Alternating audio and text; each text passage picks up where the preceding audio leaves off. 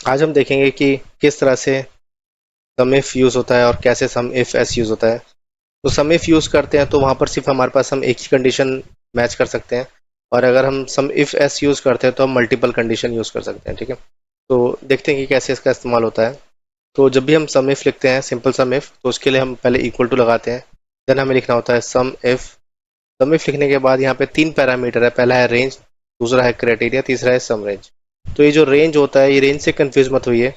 इस रेंज का मतलब है कि क्राइटेरिया रेंज। तो क्राइटेरिया रेंज हम जैसे कि मान लीजिए, अगर मैं बोलता हूँ कि मुझे आईडी से सर्च करना है, तो मैं बोलता हूँ मेरी आईडी का मतलब आईडी मेरा डेटा में कहाँ पर है। तो आईडी मेरा जो डेटा है वो ए कॉलम में है। मैं इसको सिलेक्शन देके F4 प्रेस कर दूंगा। उसके बाद बोलता है कि क्राइटेरिया क्या देना है, मतलब आप क्या देखना चाहते हैं, कौन सी वैल्यू को सर्च करना चाहते हैं। तो सॉरी, ये शायद सेलेक्ट नहीं हुआ, मुझे लेट मी सेलेक्ट अगेन। इसको मैंने सेलेक्ट कर दिया और F4 प्रेस कर दिया। उसके बाद आपको कॉमा देना है। उसके बाद बोलता है कि क्राइटेरिया क्या है। तो क्राइटेरिया मैं बोलता हूँ कि मेरा आईडी यानी कि 5 यानी कि इस 5 को सर्च करना है, इस क्राइटेरिया को सर्च करना है इस रेंज में, इस रेंज में। ठीक है, यानी कि A2 से A16 की रेंज में सर्च करना है। और उसके बाद सम रेंज। तो सम रेंज क्या होगा? सम रेंज देखिए, कई लोग क्या होते हैं कि रेंज या A1 से स्टार्ट कर देंगे और सम रेंज स्टार्ट कर देंगे C2 से। ठीक है, अगर आप यहाँ पे A1 से स्टार्ट कर रहे हैं तो यहाँ भी सम रेंज भी आप C1 से ही स्टार्ट करेंगे। अगर ये सेकंड रो से सिलेक्शन स्टार्ट कर रहे हैं तो ये भी सेकंड रो से सिलेक्शन स्टार्ट होगा। तो इक्वल रेंज सिलेक्शन होना चाहिए। देखिए यहाँ पे मैंने A2 से स्टार्ट किया है, तो मैं यहाँ पर भी इसको A2 से ही सिलेक्शन दूंगा और इसको फ्रीज कर दूंगा। फ्रीज इसलिए ताकि जब मैं नीचे ड्रैग करूँ तो ये रिलेटिवली चले। ठीक है, अब मैं इसको ड्रैग कर देता हूँ। तो देखिए ये हमारा समय फेस है। लेकिन क्या होगा कि अगर मेरे को चेक करना है कि जहाँ पे मेरी आईडी ये है और एम्प्लॉय नेम ये है, तो उस केस में क्या ये वैल्यू रिटर्न करेगा? नहीं करेगा, क्योंकि यहाँ पे हमारे पास सिर्फ तीन ही पैरामीटर होते हैं। तो उसी के लिए एक्सेल में एडवांस फॉर्मूला बनाया है जिसको हम बोल रहे हैं सम इफ एस, जिसमें आप मल्टीपल कंडीशन दे सकते हैं। और इसकी रेंज अगर आप देखो तो आप कितने भी रेंज और क्राइटेरिया दे सकते हैं। ठीक है, इसकी कोई लिमिट नहीं है। तो आप जितने मर्जी चाहें क्राइटेरिया रेंज दे सकते हैं। और इसकी जो पैरामीटर होते हैं थोड़े डिफरेंट होते हैं। तो आपको फॉर्मूला जो है अपने आप में ही खुद ही बताएगा।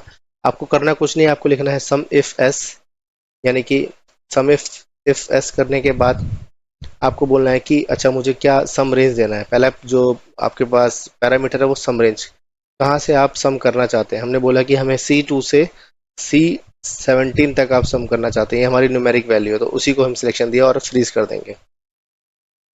अगर आपको फ्रीजिंग समझनी है तो मैं आपको लिंक डिस्क्रिप्शन डाल दूंगा मेरी पिछली वीडियो का। तो उसमें आप समझ सकते हैं कि फ्रीजिंग वहाँ पे बहुत अच्छे से समझाया हुआ है कि फ्रीजिंग कैसे होती है। इसके बाद जो दूसरा पैरामीटर है वो क्राइटेरिया रेंज का है। क्राइटेरिया रेंज में हम क्या देना चाहते हैं? हम बोलते हैं कि हमें क्राइटेरिया रेंज में पहला जो क्राइटेरिया है वो बोल रहे हैं हम आईडी।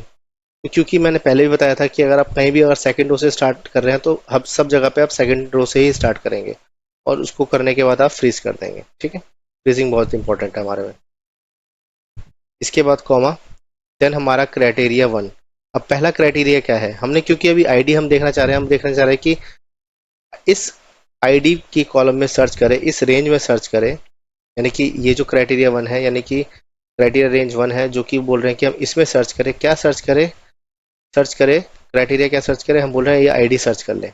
ठीक है, कॉमा देंगे। अब बोलता है क्राइटेरिया रेंज टू, दूसरा क्राइटेरिया आप क्या देना चाह रहे हो? तो हम बोल रहे हैं दूसरा क्राइटेरिया रेंज भी हमारा एम्प्लॉय नेम है, और वो भी सेकंड रो से ही स्टार्ट होगा। ठीक है, उसके बाद बोलता है कि अच्छा ये क्राइटेरिया रेंज टू आपने दे तो दिया, आप क्राइटेरिया क्या देना चाह रहे हैं? हम बोल रहे हैं कि हम इस एम्प्लॉय नेम को यहाँ पे सर्च करो, ये हमारा क्राइटेरिया है। ठीक है, उसके बाद आपको करना कुछ नहीं है। अब क्योंकि अब हमारे दोनों क्राइटेरिया कवर हो गए, जो इसमें हमारा आईडी भी आ गया, एम्प्लॉय नेम भी आ गया, और इसको हम ब्रैकेट बंद कर देंगे। अब आप इसे ड्रैग कर सकते हैं और आप वैल्यू देखो बिल्कुल सेम मैच होगा। तो इसका यहाँ पे देखेंगे कि जैसे कि मान लीजिए अगर फॉर एग्जांपल यहाँ पे मैं नेम कुछ और दे दूँ, लेट्स से मैं रवि अपना ही नाम लिख देता हूँ मैं। तो आप देखो इस यहाँ पर जीरो हो गया, लेकिन ये वैल्यू दे रहा है। यानी कि अगर हमारे पास मल्टीपल कंडीशन है तो यहाँ पे ये पॉसिबल नहीं है, बट वो सम इफ एस के थ्रू पॉसिबल है और वो वैल्यू भी सही देगा।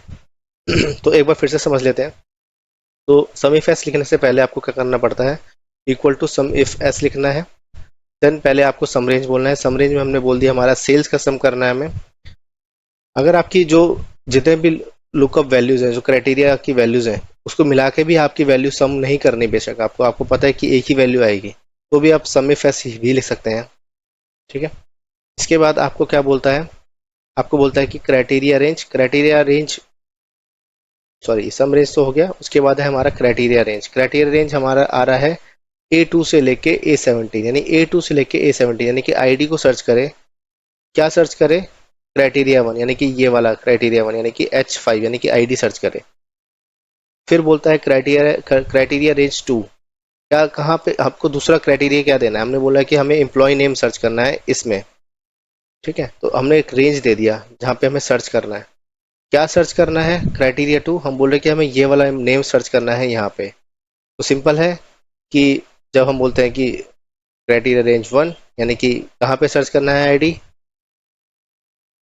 क्या चीज़ सर्च करनी है, सिमिलरली क्राइटेरिया रेंज 2 इस तरह से आप जब भी करेंगे तो सम इफ एस देखिए आपको मल्टीपल कंडीशन के साथ आपको रिजल्ट दे दे रहा है।